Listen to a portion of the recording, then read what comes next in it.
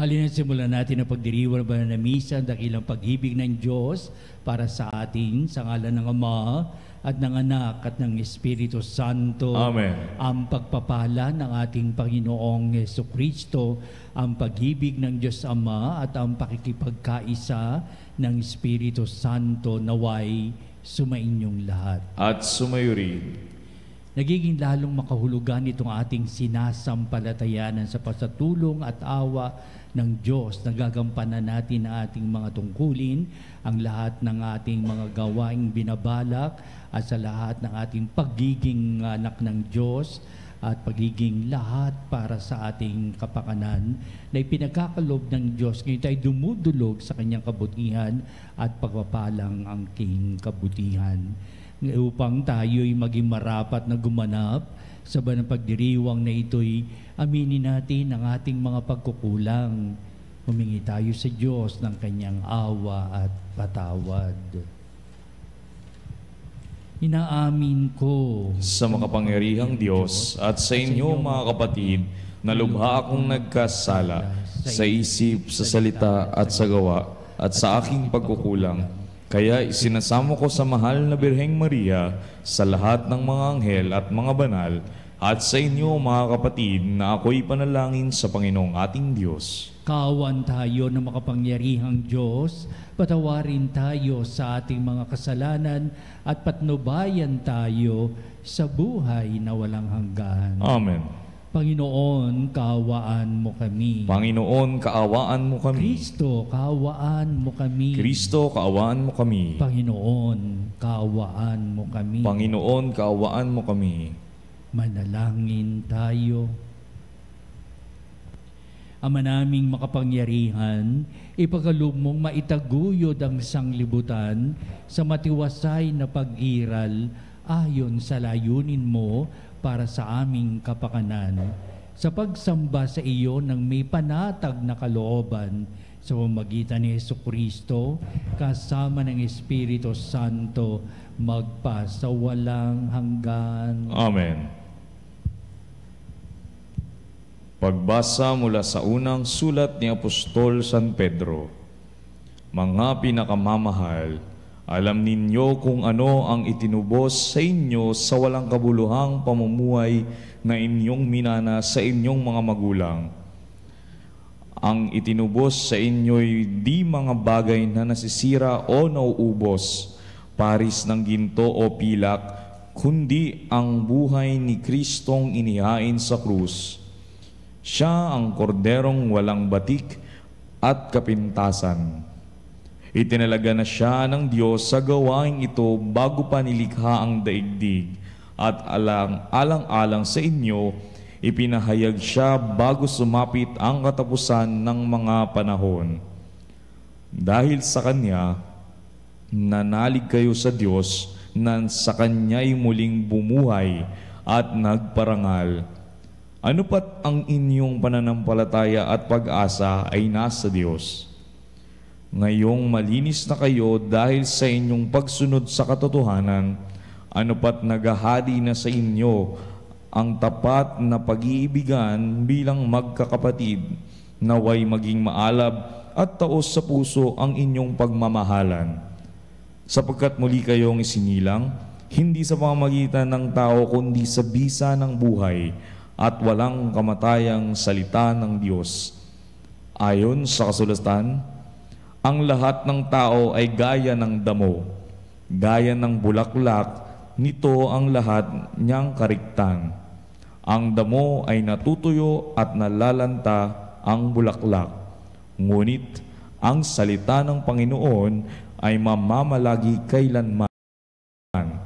At ito ang mabuting balitang ipinangaral sa inyo. Ang salita ng Diyos. Salamat sa Diyos. Purihin mo, Jerusalem, ang Panginoong butihin. Purihin mo, Jerusalem, ang Panginoong butihin. Purihin mo, Jerusalem, purihin ang Panginoon. Purihin mo ang iyong Diyos, kayong mga tigasyon. Yaong mga pintuan mo ay siya ang nag-iingat. Ang lahat ng iyong lingkod ay siya ang nagbabasbas. Purihin mo, Jerusalem, ang Panginoong butihin. Ginagawang matahimik yaong mga hangganan mo, bibigyan kang kasiyahan sa loob niyang trigo. Kung siya ay nag-uutos, agad itong natutupad, dumarating sa daigdig na hindi nagluluwat. Purihin mo, Jerusalem, ang Panginoong butihin. Kay Jacob niya ibinigay ang salita at pabilin, ang tuntunit mga aral ibinigay sa Israel. Ang ganitong karapatan ay wala ang ibang bansa, pagkat hindi nila batid ang utos na itinakda. Purihin ang Panginoon. Purihin mo, Jerusalem, ang Panginoong butihin. Alleluia, Alleluia, Alleluia, Alleluia. Anak ng tao'y dumating upang sarili ihain, lingkod manunubos natin. Sumainyo ang Panginoon At sumayo rin. ang pagpapahayag sa Ebanghelyo ayon kay San Marcos. Papuri sa iyo, Panginoon. Noong panong iyon, nasa daan ang mga alagad patungong Jerusalem. Nauna sa kanila si Jesus. Nangangamba ang mga alagad na natatakot naman ang mga taong sumusunod sa Kanya. Ibinukod ni Jesus ang 12 at sinabi ang mangyayari sa Kanya. Wika niya, "Ngayoy panahong tayo, paahon tayo sa Jerusalem. Ang anak ng tao'y pagkakanulo sa mga punong saserdote at sa mga eskriba. Kanilang hatulan siya ng kamatayan at ibibigay sa mga hentil. Siya'y tutuyain nila, luluran, hahagupitin at papatayin. Ngunit muli siyang mabubuhay pagkaraan ng 3 araw." Lumapit kay Jesus sina Santiago at Juan na mga anak ni Zebedeo at ang sabi, "Guro, may hilingin po sana kami sa inyo." "Ano yun?" tanong ni Jesus. Sumagot sila, "Sana makaupo kami katabi ninyo sa inyong kaharian, isa sa kanan at isa sa kaliwa." "Hindi ninyo nalalaman ang inyong hinihingi," sabi ni Jesus sa kanila. "Mababata ba ninyo ang hirap na babatahin ko? Pabibinyag ba kayo sa binyag na daranasin ko?" "Opo," tugon nila. Sinabi ni Jesus, "Ang hirap na babatahin ko'y babatahin nga ninyo at kayo'y bibinyagan sa binyag na daranasin ko. Ngunit wala sa akin ang pagpapasya kung sino ang mauupo sa aking kanan at sa aking kaliwa. Ang mga luklukang sinasabi ninyo'y para sa mga pinaghandaan." Nang marinig ito ng 10 alagad, nagalit sila sa magkakapatid. Kaya't pinalapit sila ni Jesus at sinabi, "Alam ninyo na ang mga tinuturing na pinuno ng mga hentil ang siyang pinapanginoon at ang mga dinadakila ay siyang nasusunod. Ngunit hindi ganyan ang dapat umiral sa inyo. Sa halip, ang sino man sa inyo ang ibig maging dakila ay dapat maging lingkod. At sino mang ibig maging pinuno ay dapat maging alipin ng lahat. Sapagkat ang anak ng tao ay naparito hindi upang paglingkuran, kundi upang maglingkod at ibigay ang kanyang buhay sa ikatutubos ng marami." Ang mabuting balita ng ating kaligtasan. Pinupuri ka namin, Panginoong Hesukristo.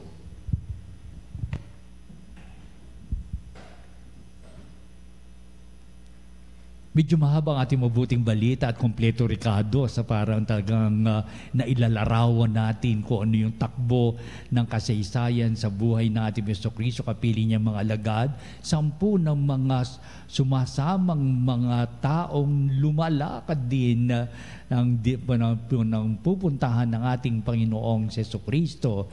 It's a crowd together with the disciples, and of course, Jesus Christ was there. Kaya ito ngayon na eksena sa ating mabuting balita. Ito yung ikatlong beses nang ipinapahayag ni Kristo ang pagpapakasakit at kamatayan at sa ikatlong araw muling mabubuhay.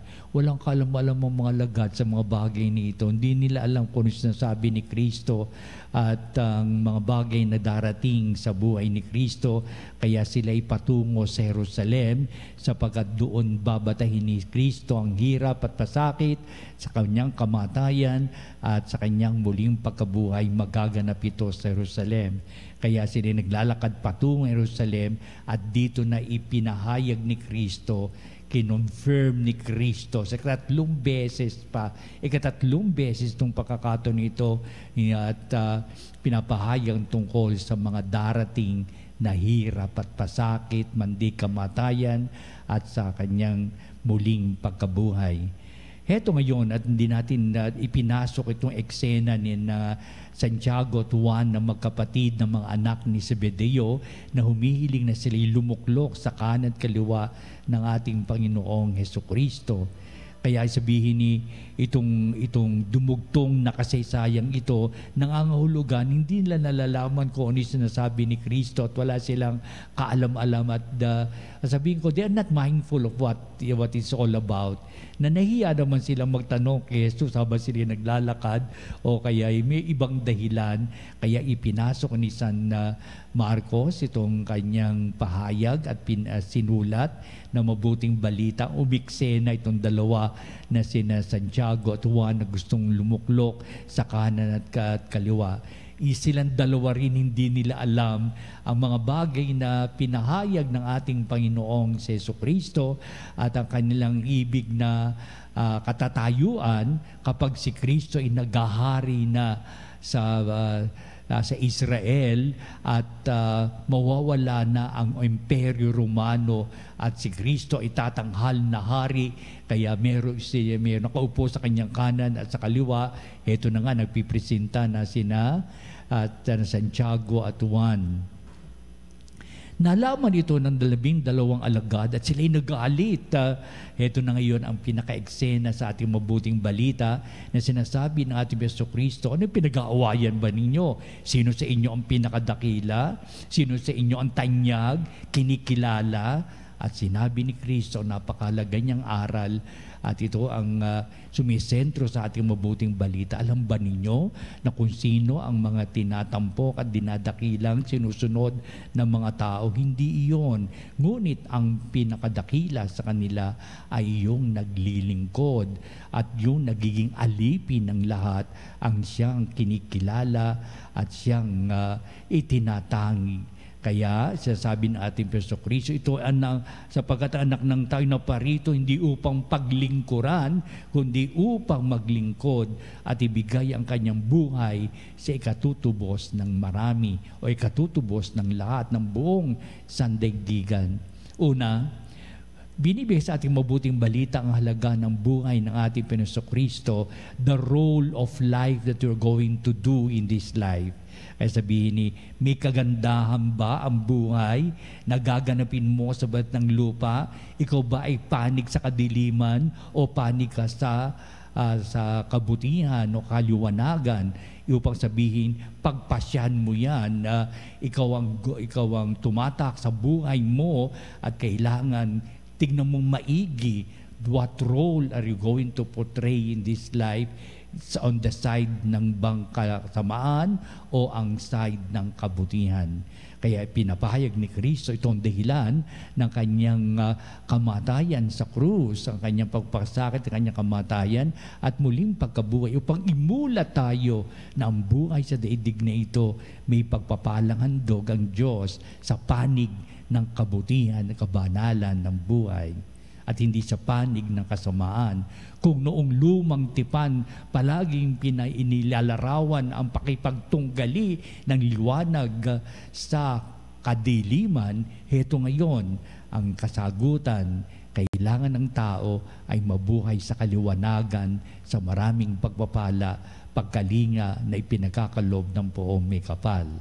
Ikalawa, sa bandang gitna ng ating mabuting balita, narito yung hirap na daranasin natin sapagkat nasa mundo pa rin tayo, na talagang ito ang daranasin ng ating hirap sa araw-araw, ito ang ating tatahakin sa araw-araw. May hirap man pero hindi maialis, may pagtulong ang Diyos, tutulungan tayo ng Diyos. Kaya sinasabi ng ating mabuting balita, sa hirap na babatahin ko'y babatahin nga ninyo at kayo'y bibinyagan sa binyag na daranasin ko. Kaya sabihin, we share the bounty of God's blessings in spite of all the hardships that we are encountering in this life. Hindi po ba? Kaya ito yung ating pong palaging nasa sa puso't isipan. Oo, may paghihirap. Pero hindi basta na lamang ako naghihirap. Pero meron akong damdamin, kalooban, sasabihin kong sa likod ng aking paghihirap, may pagtulong, may dalang awa at abag ang Diyos at ako'y hindi niya pababayaan. Pwede ba na ito ang ating pong diwa ng ating panalangin? Oo, mahirap mabuhay sa sanglibutang ito, pero may pag-alalay naman ng Diyos at at nagiging madali na ang buhay natin sapagkat meron tayong magiging solusyon sa ating mga suliranin, meron tayong magandang pamamaraan kung anong dapat nating tahakin at sa buhay na ito, meron tayong kasama, palagyan ng Diyos na siyang magpapahayag, magpapadama sa atin kung ano ang dapat nating ganapin sa isang wasto at magandang uri ng buhay, and so on and so forth. Upang sabihin, kasama natin si Kristo sa pagtahak sa buhay nito at anuman ang batahin nating hirap at pasakit, huwag tayong mag-alala. Jesus is with us in our hardships in our lives.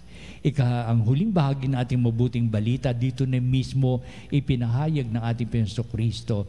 Ito rin ang maging solusyon natin so that we are going to share the goodness of what life gives to us sa diwa ng ating service, sa ating paglilingkuran sa isa't isa. At dito sasabihin natin, dito lalo gagaan ang inyong buhay sapagkat may pagtutulungan, hindi pagkakanya-kanya, may pagbabahagi ng sarili, hindi makasarili o hindi itinatangi ang Diyos at ang kahulugan ni Kristo sa kanyang pagkabayubay sa krus, sa kanyang kamatayan, sa kanyang muling pagkabuhay, sa pasatanang buhay ni Jesus, siya ay naglingkod. Kaya ibig sabihin, ang susi na isang magaan sa buhay, susi na isang matagumpay sa buhay, at ang susi ng pagpapala ng Diyos sa buhay natin ay ang paglilingkod.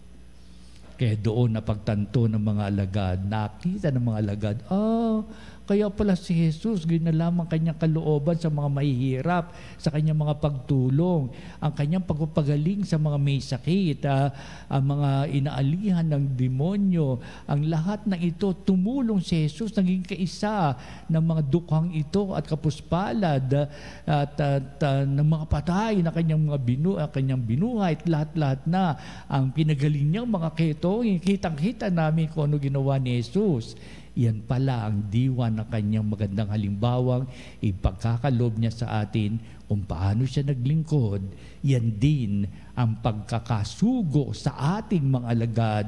Tayo ay kanyang sinugo para tayo'y maging dalisay ng tagapaglingkod sa mga tao na ngailangan ng ating mga pagkalinga. Ito ang papanalangin natin sa pagdiriwang na ito.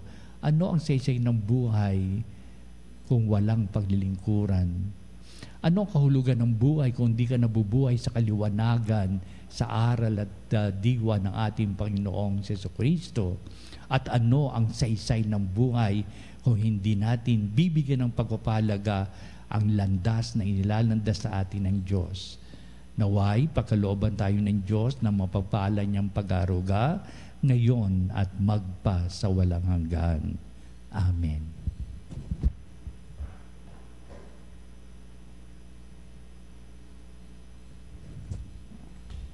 Halina dumulog tayo sa Diyos upang natin natin pagtibayin ang halaga at kahulugan ng kanyang pananahan sa atin na gumagabay, pumapatnubay, nagpapatawad, at ito na nga nakikinig siya sa lahat ng ating mga kahilingan. Ang ating pong itutugon sa bawat panalangin. Panginoon, dinggin mo ang aming panalangin.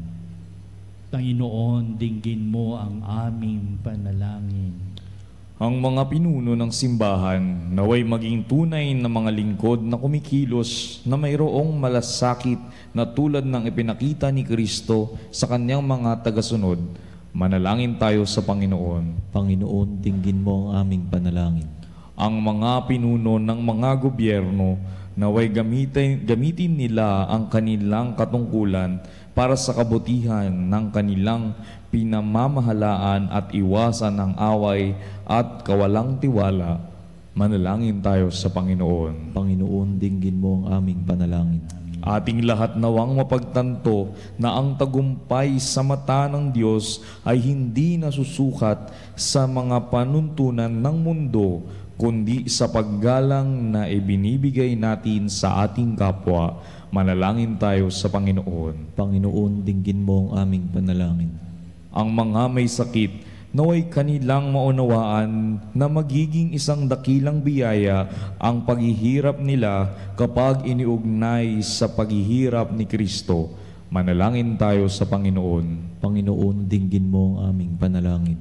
Ang mga tapat na yumao naway makatagpo ng walang hanggang kapayapaan. Manalangin tayo sa Panginoon. Panginoon, dinggin mo ang aming panalangin.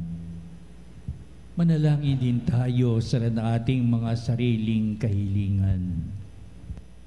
Dito natin itataas sa Diyos ang lahat ng ating hininging pagpapala, maayos na buhay, matuwid na landas, at pagpanibago ng puso't kalooban upang sa diwa ng pagmamahal magkaisa sa larangan ng paglilingkuran. Kaya madinggin mo nawa itong aming samot daing upang kami pakapatnubayan mo sa buhay na ito. Oo nga't mahirap at marami kami sinasalunga at lahat ng mga suliraning taglay sa mundong ibabaw, ngunit lalo itong gumagaan sapat ikaw ay naglaan ng iyong sarili sa buhay na ito at tinalaga mo upang kami talugang tulungan at kalingain. Kaya ang lahat na ito hiniling namin sa pamamagitan ni Jesucristo kasama ng Espiritu Santo magpa sa walang hanggan. Amen.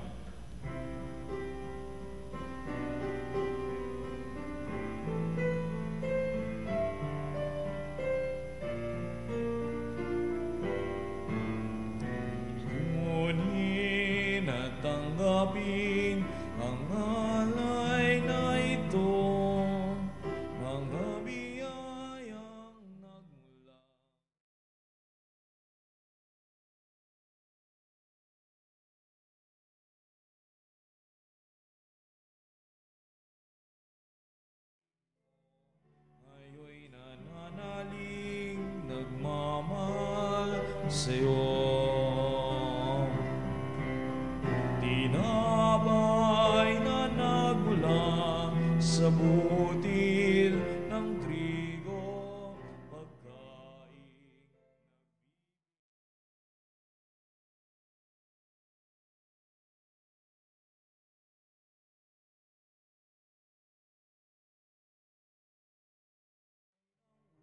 upas, inuming nagbibigay lakas.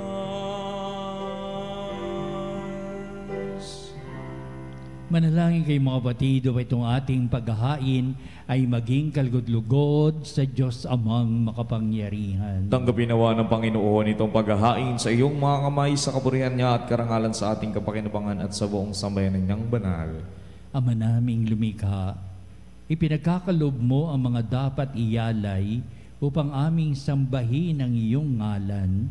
Kaawaan mo kami at pagbigyan upang ang iyong kaloob para kami makapaghain ay mapakinabangan bilang pagpapala mo sa amin sa pamamagitan ni Jesucristo kasama ng Espiritu Santo magpasawalang hanggan. Amen. Sumainyo ang Panginoon. At sumayo rin. Itaas sa Diyos sa inyong puso at diwa. Tinaas na namin sa Panginoon. Pasalamatan natin ang Panginoong ating Diyos. Marapat na siya ay pasalamatan. Ama naming makapangyarihan, tuning ang marapat na ikaw ay aming pasalamatan. Pinagbibigyan mong ito'y aming maihayag kahit na ito'y walang anumang maidaragdag sa kadakilaan sa iyo ay likas. Sa pagpupuri nami ay nakikinabang ay kami ring iyong pinakikiharapan sa pamamagitan ng iyong anak na minamahal. Kaya kaisa ng mga anghel nagsisiawit ng papuri sa iwalang humpay sa kalangitan, kami nagbubunyi sa iyong kadakilaan. Santo, Santo, Santo, Panginoong Diyos, napupuno ang langit at lupa ng kadakilaan mo.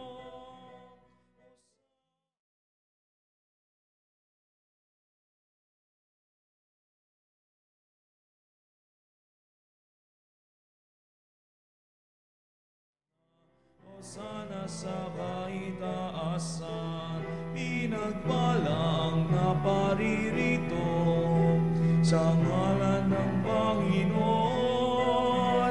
Hosana, Hosana, Hosana sa kaitaasan. Hosana, Hosana, Hosana sa kaitaasan. Ama naming banal, ikaw ang bukal ng tanang kabanalan. Kaya sa pamamagitan ng Espiritu mong banal ang mga kaloob na ito upang para sa amin ay maging katawan at dugo ng aming Panginoong Jesucristo. Bago niya pagtisang kusang loob na maging handog, hinawakan niyang tinapay, pinasalamatan kanya, pinagati-hati niya yon, iniabot sa kanyang mga lagad at sinabi, "Tanggapin niyong lahat ito at kahanin, ito ang aking katawan na iyahandog para sa inyo."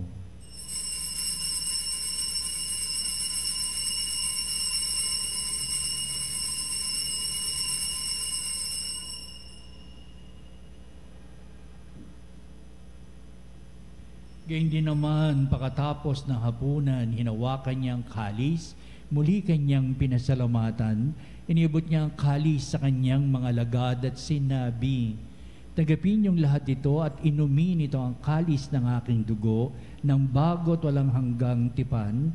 Ang aking dugo ni bubuhos para sa inyo at para sa lahat sa ikapagpapatawad ng mga kasalanan. Gawin niyo ito sa pag-alaala sa akin."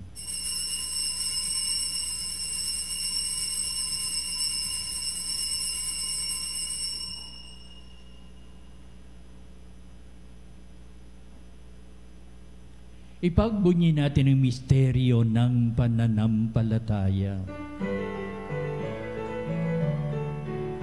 Si Kristo ay gunitain, sarili ay inihain, bilang pagkain inumin, pinagsasaluhan natin, hanggang sa siya'y dumating, hanggang sa siya'y dumating. Ama, ginagawa namin ngayon ang pag-alaala sa pagkamatay at muling pagkabuhay ni anak, kaya tiniali namin sa iyo ang tinapay bibigay buhay at ang kalis na nakakaloob ng kaligtasan. Kaming papasalamat dahil kaming minarapat na tumayo sa harap mo para maglingkod sa iyo. Sinasamo namin kami magsalo-salo sa katawan dugo ni Kristo ay mabuklod sa pagkakaisa sa pamamagitan ng Espiritu Santo. Amalinghapi mo yung simbahang laganap sa buong daigdig.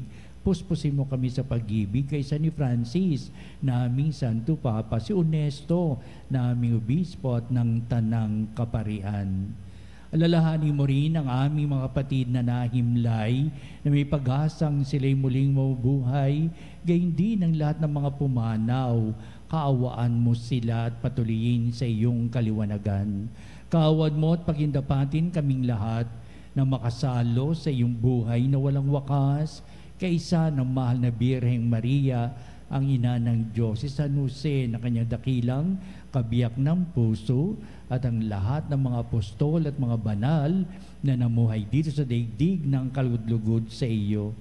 Maipagdiwang nawa namin ang pagpupuri sa ikararangal mo sa pamamagitan ng iyong anak na aming Panginoong Hesukristo. Sa pamamagitan ni Kristo, kasama niya at sa Kanya, o Diyos amang makapangyarihan, ikaw ay pinupuri at ipinagdarangal kaisa ng Espiritu Santo magpa sa walang hanggan. Amen. Amen. Amen. Buhay na nilalandas ng Diyos para sa atin upang sa diwa ng paglilingkuran tulad ni Jesucristo hanggang kamatayan. Sa kanyang muling pagkabuhay, may pag-asang handog ng pagpapala para sa ating lahat. Ngayon tayo natitipon. Ating ngayong awitin ng Ama namin. Ama namin, sumasalangit ka, sambahin ang ngalan mo, mapasa.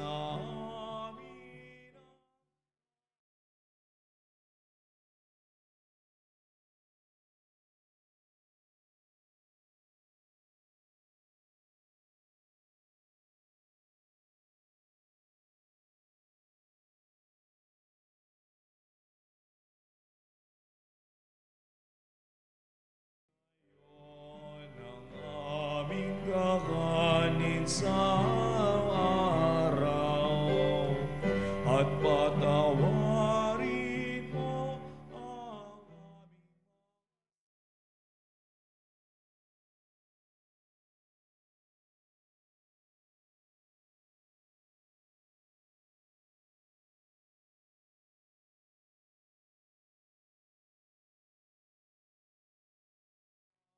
aming sa tukso at iadya mo kami sa lahat ng masama.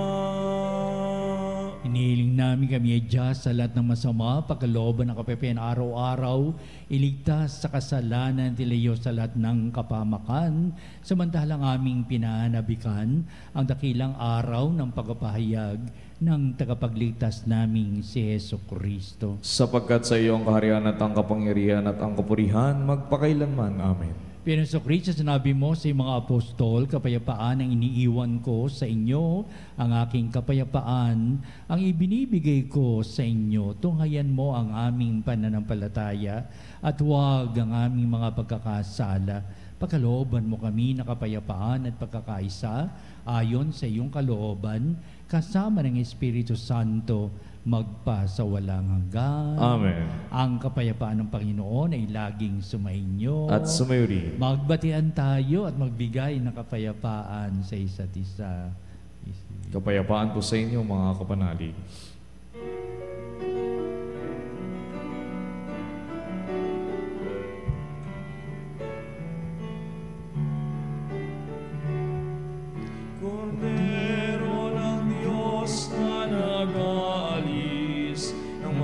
Kasalanan ng sanlibutan, maawa ka sa amin.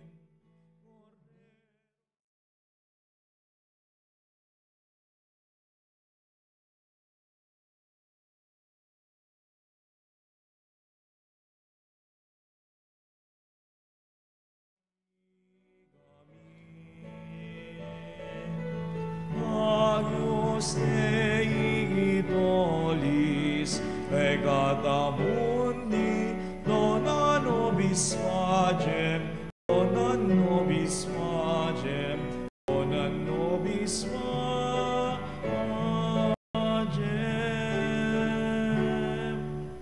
Tunghayan natin ang ating Panginoong si Jesucristo, dakilang pag-ibig ng Ama.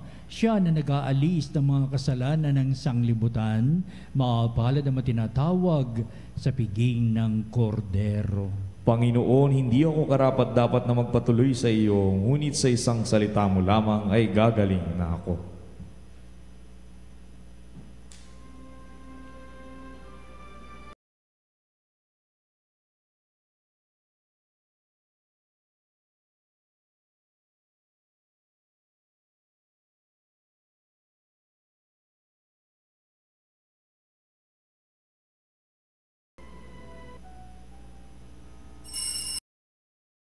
Panalig, ating dasalin ang komunyong espiritual. O Jesus, nananalig ako sa pananahan mo sa kabanal-banalang sakramento. Minamahal kita higit sa lahat at hangad ka ng aking kaluluwa. Hindi ko man matatanggap ngayon ang iyong katawan at dugo, inaasahan ko na patuloy kang mamumuhay sa aking puso. Naniniwala ako na narito ka at kaisa ka ng aking buong pagkatao. Huwag mong ipahintulot na mawalay ako sa iyo. Amen.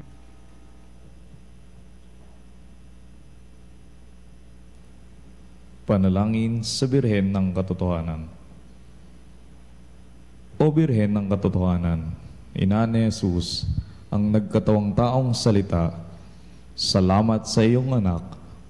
Tinatanggap ko siya bilang aking katotohanan at kaligtasan. Sa pakikinig sa salita ng Diyos, tulungan mo akong maging malaya. Sa oras ng hirap at pagsubok, linawin mo sa akin na nasa krus ang tagumpay. Sa aking paglalakbay, akayin mo ako sa buhay ng paglilingkod at sa buhay na ganap at kasiyasiya. Kupkupin mo ako at ang aking mga kapanalig na nakikinig, natututo at nagmamahalan. O Maria, Birhen ng Katotohanan, ipanalangin mo kami. O Jesus, ikaw ang daan, ikaw ang katotohanan, at ikaw ang buhay, iligtas mo kami. Amen. Manalangin tayo. Ama naming mapagmahal, kaming iyong pinapakinabang ay iyong kaawaan upang aming pinagsaluhan ay magdulot ng aming pakikilahok sa iyong buhay na hindi matatapos. Inilug namin ito sa pamamagitan ni Jesucristo kasama ng Espiritu Santo magpa sa walang hanggan. Amen. Susunod natin pagtatanghal sa kababanalang sakramento sa ating pagtatanod, kalakipang ating po mga panalangin. At sa bandang huli ng ating pagtatanod, ang mga panalangin, ito ang magbibindisyon sa atin bilang pagtatapos sa ating banal na gawain, ang banal na misa.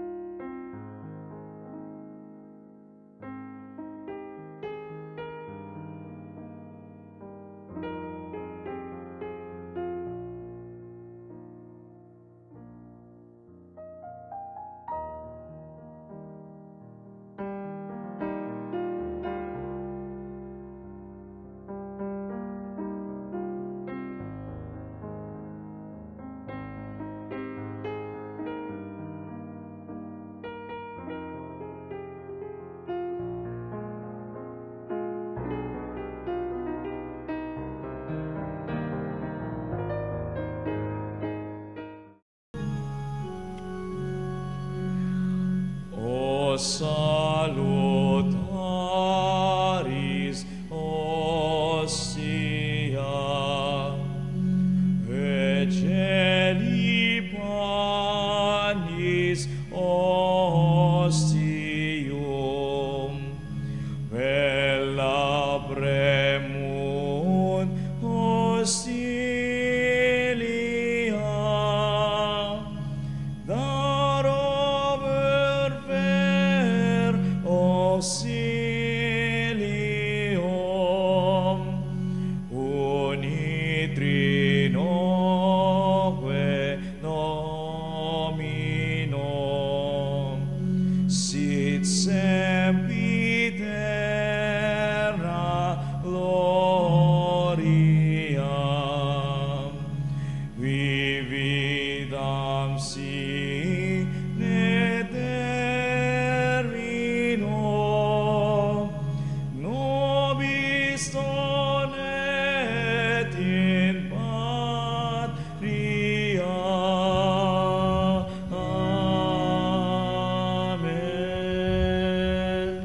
Mga panalig bilang isang bayang tinawag ng Ama kay Hesukristo na pinagbuklod sa iisang katawan, tayo'y manikluhod at sumamba sa Panginoong Hesukristo sa kabanalang sakramento sa altar.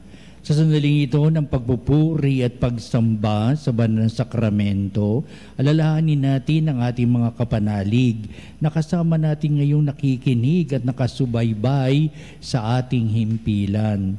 Higit sa lahat, ang ating mga may sakit at mga nakaratay sa banig ng karamdaman, ang mga sa paggamutan at kanilang tahanan, at ang lahat na tanging sa Diyos lamang umaasa ng kagalingan.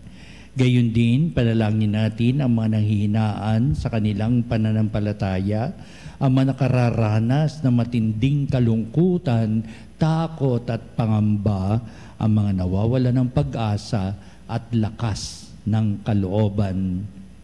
O Diyos, halina at kami itulungan. O Panginoon, magmadali ka sa iyong pagdamay. Papuri sa Ama at sa Anak at sa Espiritu Santo. Kapara noong una, ngayon at magpasawalang hanggan. Amen. Purihin ang makapangyarihang Ama na nagsugo sa kanyang bugtong na anak upang tayo'y maipagkasundo sa Kanya. Pinupuri ka namin ngayon at kailanman. Purihin ang Panginoong Hesukristo, ang Kordero ng Diyos, na nag-alay ng Kanyang katawan at dugo bilang pagtubos sa sala ng tanan. Pinupuri ka namin ngayon at kailanman. Purihin ang banal na Espiritu, ang Panginoong nagpapabanal, na pumupuspos at nagbibigay kagalingan sa lahat. Pinupuri ka namin ngayon at kailanman.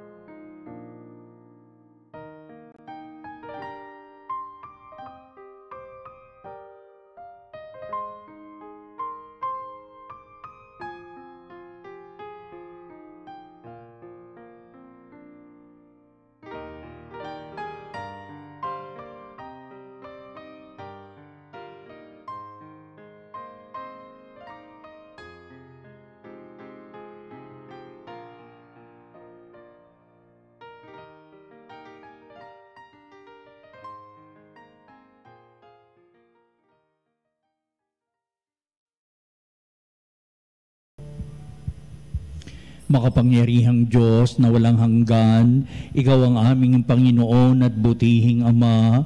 Sa iyong pagpapala, ipinagkaloob mo ang lakas sa aming kahinaan.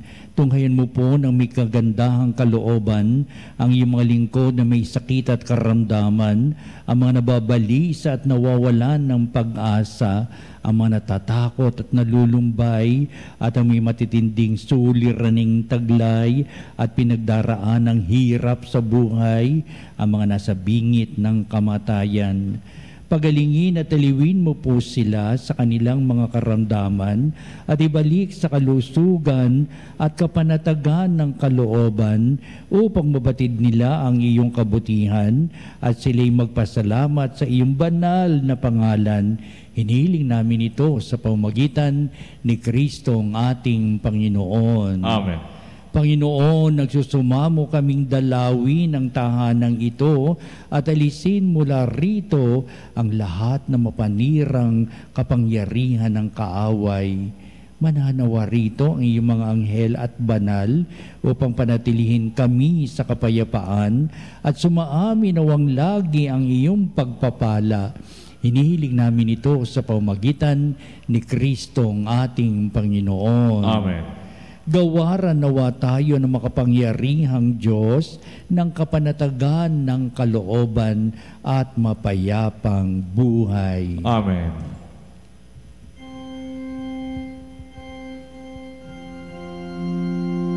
Tantum ergo sacramentum veneremur celui et anticum documentum novo cedat tritui Estet fides supplementum sensum defectui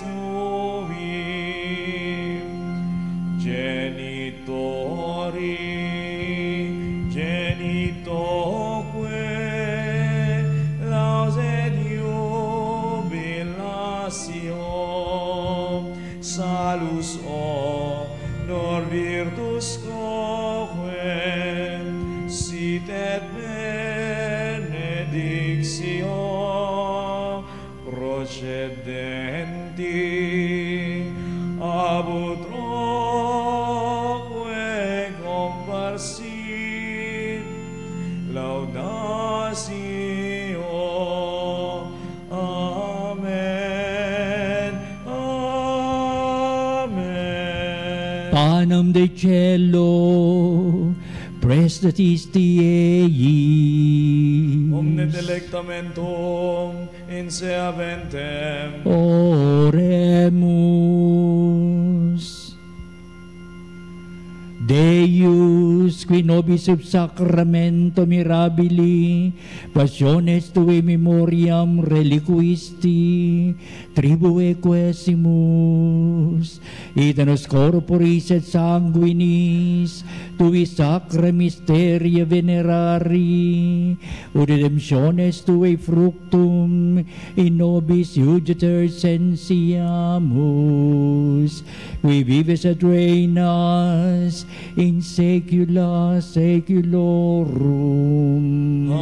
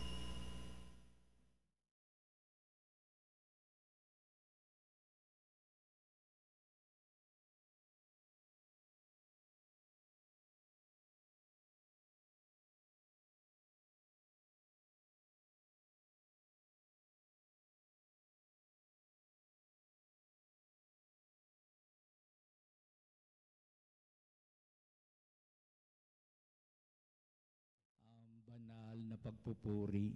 Purihin ang Diyos. Purihin ang Diyos. Purihin ang kanyang banal na pangalan. Purihin ang kanyang banal na pangalan. Purihin si Jesucristo, Diyos na totoo at tao namang totoo. Purihin si Jesucristo, Diyos na totoo at tao namang totoo. Purihin ang ngalan ni Jesus. Purihin ang ngalan ni Jesus. Purihin ang kanyang kaban-banalang puso. Purihin ang kanyang kabanal-banalang Purihin puso. ang kanyang kamahal-mahalang dugo. Purihin ang kanyang kamahal-mahalang dugo. Purihin si Jesucristo sa banal na sakramento sa altar. Purihin si Jesucristo sa banal na sakramento sa altar. Purihin ang Espiritu Santo ang mga aliw. Purihin ang Espiritu Santo ang mga aliw. Purihin ang dakilang ina ng Diyos, si Maria Santissima. Purihin ang dakilang ina ng Diyos, si Maria Santissima. Purihin ang kalisinisang paglilihi sa Kanya. Purihin ang kalisinisang paglilihi sa Kanya. Purihin ang Kanyang malalhating pag-aakyat sa langit. Purihin ang Kanyang maluwalhating pag-aakyat sa langit. Purihin ang ngalan ni Maria, Birhen at Ina. Purihin ang ngalan ni Maria Birhen at Ina.